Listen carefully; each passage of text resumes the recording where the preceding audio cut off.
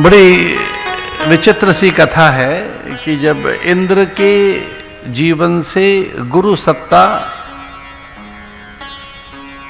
अंतर ध्यान हो गई, तब अनेक विपत्तियां उनके जीवन में आई।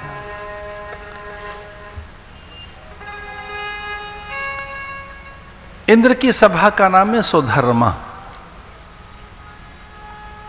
उनकी सभा में जो नित्य रहते हैं वह भगवान का नित्य स्मरण कराने वाले, धर्म का जागरण करने के लिए, धर्म की सिद्धि के लिए इंद्र के पुण्य स्थिर रहें, स्वर्ग में संतुलन बना रहे,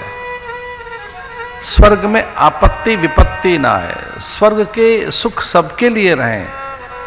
स्वर्ग से नियंत्रित होने वाले प्राण, पवन, प्रकाश, आकाश स्थिर रहें, स्वर्ग से निरंतर प्रसारित होने वाले पर्जन्य प्रत्येक जीव को प्राण, पवन और वर्षा देते रहें। उसको जो संतुलित रखते हैं वे हैं देवगुरु बृहस्पति। उन्हीं के कारण सनकादिक वहां रहते हैं, उन्हीं के कारण नारद का भी आवागमन रहता है।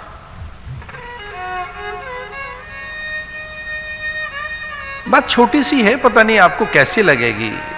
पर एक सच है, अपने घर में जब बहुत वस्तुएं आपने रखी हों, बहुमूल्य पदार्थ हों, बड़ा भवन हो, वाहन हो,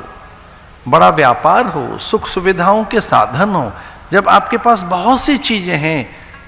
आपके संपर्क में, आपके सानिध्य में, आपके परिचय मंडल में, आपके जीवन में, तब एक और काम करें, गुरु भी जीवन में रहना चाहिए। एक संबंध उससे भी रहे आपका।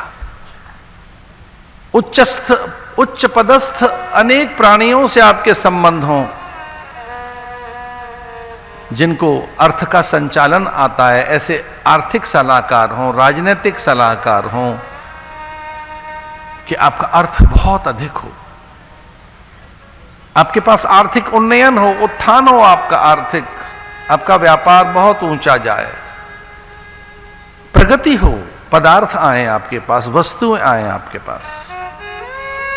आपका खूब यश रहे। इसके लिए ऐसे सलाहकार जरूर हों, ऐसे मित्र हों, वो संबंधी हों जो आपकी व्यापार वृद्धि के लिए आपको प्रेरित करते रहें। अर्थ के उन्नयन के लिए प्रेरक सत्पुरुष जीवन में रहने चाहिए, लेकिन धर्म की वृद्धि के लिए भी, धर्म की वृद्धि होती रहे, पुण्य शिथिल न हो आपके, आप सत्कर्मों में प्रवृत्त रहें, सत्कर्म संलग्न रहें, शुभ कर्म पारायण रहें, आपकी साधना में शिथिलता ना आए, उसमें गतिरोध ना आए, आपकी हर चीज अच्छी चल रही है पर साधना ठहर गई है, रुक गई है, शांत हो गई है, या कि खुर्द बुर्द हो गई है। कुछ लोगों को तो पता ही नहीं होता, उनकी साधना ही खो गई होती है, बस केवल एक यांत्रिक अभ्यास है, उनमें दिया बाती कर रहे हैं, पाठ कर रहे हैं और बस चल रहा है उनमें, एक वो बस ऐसे चल रही है, एक एक्सरसाइज, एक ये भी है, ऐसे कर लो, पाठ हो रहा है, पाठ हो रहा है, पाठ कर लेते हैं, पाठ कर लेते हैं, दिया जलाया, पाठ कर लेते हैं, और पाठ पूरा होने के बाद लंबी गहरी सांस लेते हैं, ओह पाठ हो गया, ये भी कर लिया, हो गया, पाठ हो गया, बस पाठ हो गया, पाठ हो गया है, एक बोझ है, हल्का सा चुनौती है, करना है, नहीं करेंगे, पाठ कर लिया, रिलैक्स होके आओ ब्रेकफास्ट करते हैं, पाठ हो गया। मेरा ना रुचि कौन जगह है आपके पाठ में, दिया बाती में, ऐसा लगे पहली बार दीप जला रहे हैं आप, प्रकाश का आह्वान कर रहे हैं, दीपो ज्योति पर ब्रह्म, ऐसा कहकर, आप ऐसा कहकर, दीपो में हरते पापम,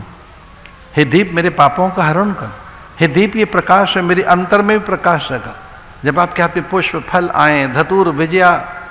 मंजरी, बिल्वपत्र, तुलसी पत्र आए, तो आप चहक उठे, भगवान को तुलसी चढ़ रही है, सुकोमलता अनुभव हो, पुष्प गंध, जब भगवान को चंदन लगाए,